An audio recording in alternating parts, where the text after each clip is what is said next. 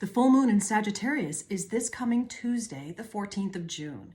Sagittarius is a really magical energy. Sagittarian energy is all about optimism and hope. It's learning and growth and adventure. Sagittarians are the prophets, the philosophers, the teachers of the zodiac.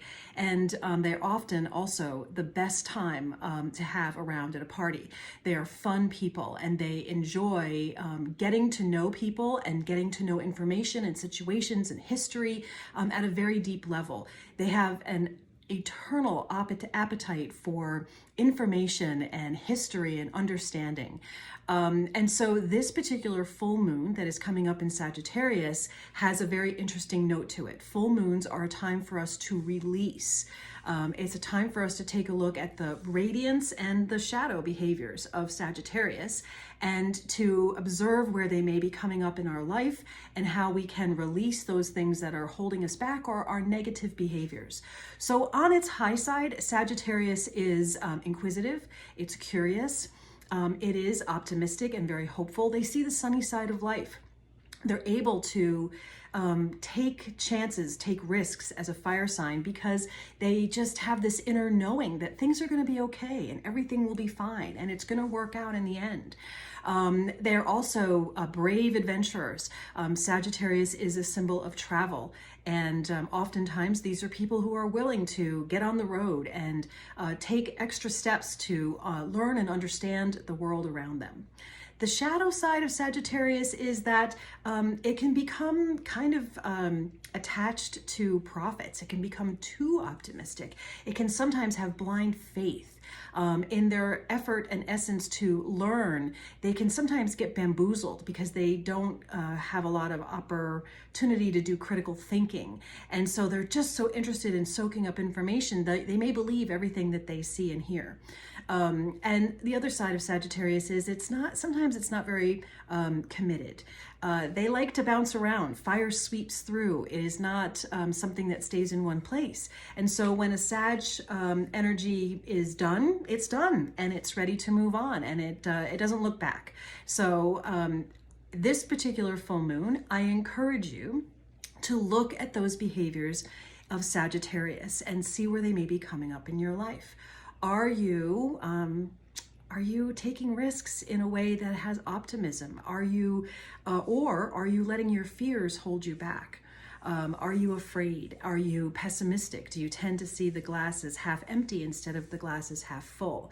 In this particular full moon, you want to be releasing those half empty parts of yourself that tend to want to be wah about life, and that could be holding you back. Hold on to that and harness that Sagittarius energy and know that everything will really be okay. And what'll happen, if it's good or bad, is what it's meant to be.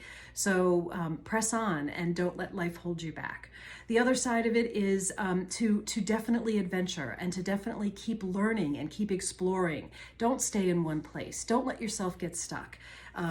Look for adventure, look for new opportunities and experiences, and embrace those with your eyes and your arms wide open. Step into new adventures, allow yourself to grow in this human experience, allow yourself to grow in your understanding of life and people and society and economies.